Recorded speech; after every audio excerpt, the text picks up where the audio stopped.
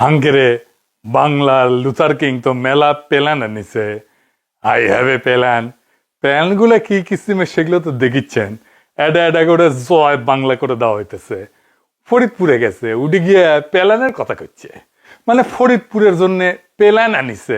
শুনে নাকি প্রিয় ভাই বোনেরা, এই ফরিদপুরের চর অঞ্চলগুলো ধরে চল অঞ্চলগুলো নিয়ে প্রচুর পরিমাণের সোয়াবিন চাষ হয় না?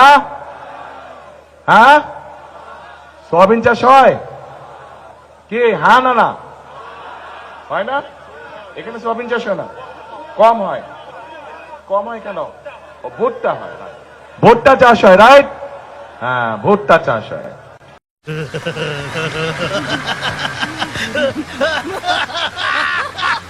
শুনিছেন ফরিদপুরে কি চাষ হয় সেটাও জানে না, প্ল্যান আনিছে। আর ওই দেশ চালাবি, দেশের প্রাইম মিনিস্টার হবি।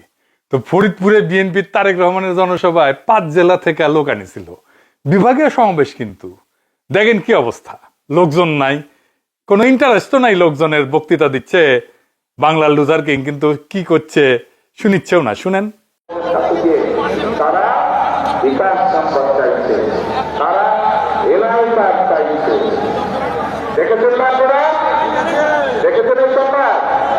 ওকে, এখন কেন চাইছে? তারা বাংলাদেশের মানুষের সাথে নৈতিক আচরণ করছে। অথচ আমরা দেখি অন্যদিকে তারা বলে সৎ মানুষের শাসন দিবে। আরে ভাই, আপনার কাজ চাইতে আপনি শুরু করছেন অনৈতিক বিষয় দিয়ে। যেখানে আপনি নিজেই অনৈতিক বিষয় দিয়ে কাজ শুরু করছেন, সেখানে আপনি কি করে আশা করেন, জনগণ কি করে আশা করবেন যে আপনারা মানুষের শাসন দেবে? দেখেছেন এদিকে তারেক বসন্ত, মানে জল বসন্ত না গুটি বসন্ত। আমার চান্দির চুল জিনকে পাতলা হচ্ছে, সিনকে দেখি লোকজন নাই হয়ে যাচ্ছে পিছের থেকে। এটাই আসলে বাংলার লুথার কিং এর আসল পলিটিক্যাল শক্তি, বুঝেছাও? তাও আনিছে টাকা দিয়ে ভাড়া করিয়া। মিটিং এর পরে নিজেদের মধ্যে মাইরপিট, টাকার ভাগ নিয়েই মনে হয়। দেখেন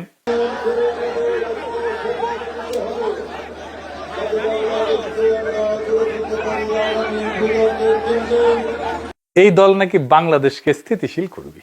বাংলাদেশের সাম্প্রতিক সহিংসতার 92% সাথে যুক্ত বিএনপি। টিআইবির গবেষণা আসছে। আর তারেক রহমান বলে যে নির্বাচনে জিতে বাংলাদেশে স্থিতিশীলতা আনবে। তারেক রহমানের চাকর বাকরেরা আমার পোস্টে এসে কমেন্ট বক্সে বলে আমার জন্য নাকি দেশে শান্তি আসতেছে না, দেশকে অশান্ত করাই নাকি আমি সহ আরো কয়েকজনের মিশন। এদের হাতে ক্ষমতা তুলে দিতে চান যারা ক্ষমতার বাইরে থাকার সময় দেশকে এইভাবে জাহান্নাম বানায় ফেলিছে। তারেক রহমান জিতে যাচ্ছে, যা করছে সেটি ধরা গেছে উল্টাপাল্টা কথা কইয়া। আমি আর সবগুলা ধরলাম না, আরো কি কি করেছে জানেন? চট্টগ্রামে যাইয়া কইছে চট্টগ্রাম বাণিজ্যিক রাজধানী বাস্তবায়ন করবি। শুনেন। সমগ্র চট্টগ্রাম সহ সারা দেশে বহু মানুষের কর্মসংস্থান হবে, সারা দেশে ব্যবসা বাণিজ্য অনেক চাঙ্গা হবে, যাতে করে মানুষের কর্মসংস্থান হবে, মানুষ চাকরি ব্যবসা বাণিজ্য করে খেতে পারবে। কি সেটি? বাণিজ্যিক রাজধানী। 2003 সালে চট্টগ্রামকে বাণিজ্যিক রাজধানী স্বীকৃতি দেওয়া হয় এবং 2017 সালে চট্টগ্রামকে বাংলাদেশের বাণিজ্যিক রাজধানী ঘোষণা করা হয়। মানে খালেদা জিয়া এইটাকে বাণিজ্যিক রাজধানী স্বীকৃতি দিছিল, আর হাসিনা বাণিজ্যিক রাজধানী ঘোষণা দিছিল। কুমিল্লার জিয়া কইছে যে কুমিল্লাতে ইপিজেড করা হবে আস্তে আস্তে। শুনেন। কুমিল্লায় এই ইপিজেড আস্তে আস্তে একটা একটা করে ইপিজেড আমরা কুমিল্লাতেও করতে চাই। কুমিল্লাতে ইপিজেড আছে 2001 সাল থেকে। তারপরে রংপুরে যে কইছে তিস্তা ব্যারেজের স্বপ্ন, সেখানে নাকি তারা হাত দেবে আর কি। তিস্তা ব্যারেজ প্রকল্পের কাজ ইনশাল্লাহ 12 তারিখে নির্বাচনের পরে 13 তারিখে বিএনপি ইনশাল্লাহ সরকার গঠন করলে এই এলাকার মানুষের জন্য যে তিস্তা ব্যারেজের স্বপ্ন, আমরা সেটি পূরণের কাজে যথাসম্ভব দ্রুত হাত দিব ইনশাল্লাহ। তিস্তা ব্যারেজ উনার বাবা জিয়া 1979 সালে ভিত্তিপ্রস্তর স্থাপন করে, এরশাদ উদ্বোধন করে। সেটা তারেক রহমান আবার বানাবে তিস্তা ব্যারেজ। মির্জা ফখরুল কইছে জামাতে ইসলামী দেশটাকে পিছায় নিয়ে যাইতে চায়।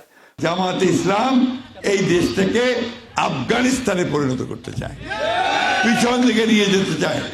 জামাতে ইসলাম একটা দল, যে দলটা আমাদেরকে সামনের দিকে যেতে বাধা দেয়। বন্ধুগণ, আমরা পিছনে যেতে চাই না। তারেক রহমান তো নিজেই পিছায় নিয়ে যেতে চায় দেশকে। সে 1979 সালে নিয়ে যেতে চায়, যখন তিস্তা ব্যারেজ হয় নাই, যখন চট্টগ্রাম বাণিজ্যিক রাজধানী হয় নাই, কুমিল্লায় ইপিজেড হয় নাই। তো এই তারেক রহমান বাংলাদেশের পিএম হবি? এগুলো তো পেলার নাই, এগুলো হলো মূলা। এর মধ্যে কিছু মূলা আগেই পৌঁছে গেছে। তারেক রহমানের আসলে কোনো প্ল্যান নাই, আছে উর্বর মূলা ক্ষেত। সেই ক্ষেত চাষ করে তারেক রহমানের চাকর বাকরেরা, সার দেয় বিএনপির নয়া ভাতার ভারত। হাসিনার আওয়ামী লীগ যেমন কইছিল যে নির্বাচনে জিতলে 10 টাকার চাল খাওয়াবে, আর বিএনপি বলে নির্বাচনে জিতলে 2500 টাকার বাজারের পয়সা দিবে। দেখেন কত হাস্যকর এই প্ল্যান। বিএনপি যদি ক্ষমতা দেয় আমরা একটা ফ্যামিলি কার্ড দিব। এই ফ্যামিলি কার্ডের মধ্যে আমরা কি প্রতি মাসে আমরা 2500 টাকার দ্রব্যমূল্য জিনিস ফেরত, নিত্য প্রয়োজনীয় জিনিস আপনাদের এটা দরকার।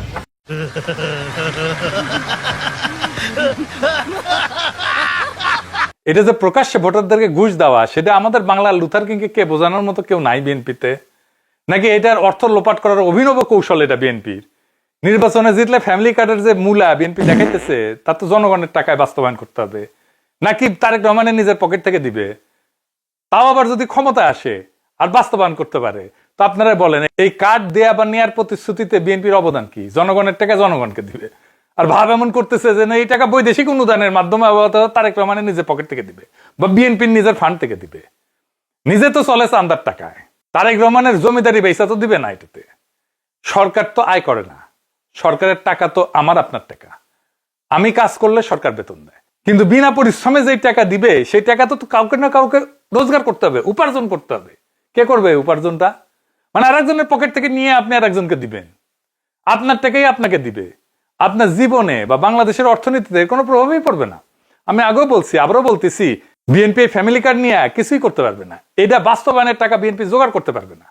আর জোগাড় করতে পারলে বাংলাদেশে মুদ্রাস্ফীতি হবে ব্যাপক হারে।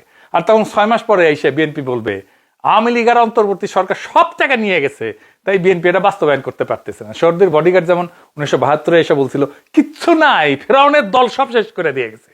শুনেন, টাকা নাই, পয়সা নাই, চাল নাই, ডাল নাই, রাস্তা নাই, রেলওয়ে ভেঙে দিয়ে গেছে, সব শেষ করে ফেরাউনের দল সব শেষ করে দিয়ে গেছে।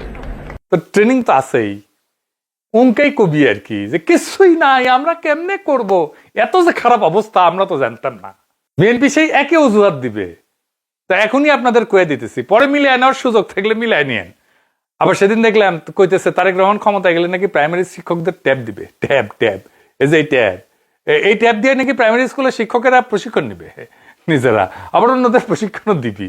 আমি এ কথা শুনে হাসুম না কান্দুম, এটা মাথায় আসে না। আমরা একটি নতুন বিষয় ইন্ট্রোডিউস করতে চাচ্ছি, সেটি হচ্ছে ওয়ান টিচার ওয়ান ট্যাব। আমরা এই টিচারদের কাছে ছোট ট্যাব বা কম্পিউটার পৌঁছে দিতে চাচ্ছি। প্রথমে আমরা যদি এই সকল টিচারকে ঢাকা শহরে বা বিভাগীয় শহরে নিয়ে এসে ট্রেনিং দেই, তাহলে দেখা যাবে যে অনেক খরচ হবে রাষ্ট্রের, সময়ও নষ্ট হবে। সেই জন্য আমরা এই ট্যাবটা পৌঁছে দিতে চাচ্ছি। আমরা শিক্ষকদের কাছে পৌঁছে দিব এবং তাদের কিভাবে এটি পরিচালনা করবেন, তারা কিভাবে এটি চালাবেন, তারা জেলায় জেলায় আমরা তাদেরকে সেটি শিখাবো। তারপরে তারা তাদের উপজেলা, ইউনিয়ন, গ্রামে ছড়িয়ে ছিটে পারবেন। শিক্ষকদের ট্যাব দিয়ে কি শিক্ষার মানের উন্নয়ন আদৌ সম্ভব? না, সম্ভব না। এটা ধান্দা। এটা পশ্চিমা দুনিয়ায় বলে ডিস্টেন্স লার্নিং বা দূর শিক্ষণ পদ্ধতি, যা সাধারণত শিক্ষার বিকল্প পদ্ধতি হিসেবে ব্যবহৃত হয়। ট্যাবের মাধ্যমে শিক্ষা কার্যক্রম পরিচালনা করাটা জনপ্রিয় ছিল কোভিডের সময়, যখন আমরা সামাজিক দূরত্ব বজায় রাখতাম, একজনের সাথে একজন দেখা করতাম না, কথা কইতাম না, স্কুলে কলেজে যাইতাম না, অফিসে যাইতাম না, ওই সময়কার কথা। কিন্তু শিক্ষকদের ট্যাব দিলে যে শিক্ষার্থীরা তার সুবিধা পাবে, এটা একটা কাল্পনিক প্ল্যান। বাংলাদেশে প্রাইমারি স্কুলে অধিকাংশ সুবিধা বঞ্চিত ছাত্রছাত্রীরা পড়াশোনা করে।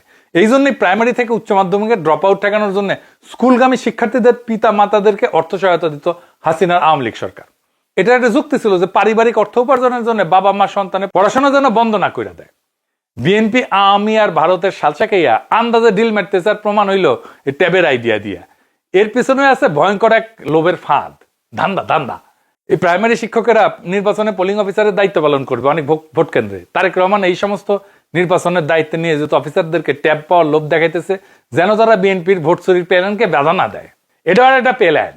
নির্বাচন আছে, তারপরে এই শিক্ষকদেরকে ট্যাব দেওয়ার নামে প্রথমে বিএনপির কোনো ব্যবসায়ীকে কাজ দিবে, 10,000 টাকার ট্যাব 1 লাখ টাকায় কিনবে, তারপর ওই ট্যাব চালানোর জন্য প্রশিক্ষণের নামে কোনো একটা কনসাল্টিং ফার্ম নিয়োগ করবে, সেটাও আর বিএনপির, সেখান থেকে টাকা খাবে সবাই।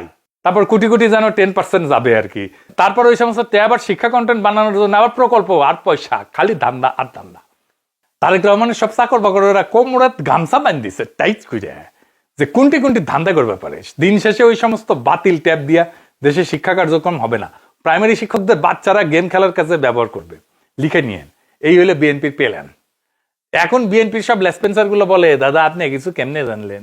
ভাই আমরা রাজনীতি করি, মানুষের সাথে মিশি, কথা বলি, মানুষ নিয়ে আমাদের কাজ। আমরা টেম্পু স্ট্যান্ড দখল, আওয়ামী লীগের ব্যবসা দখলের ধান্দা করি না।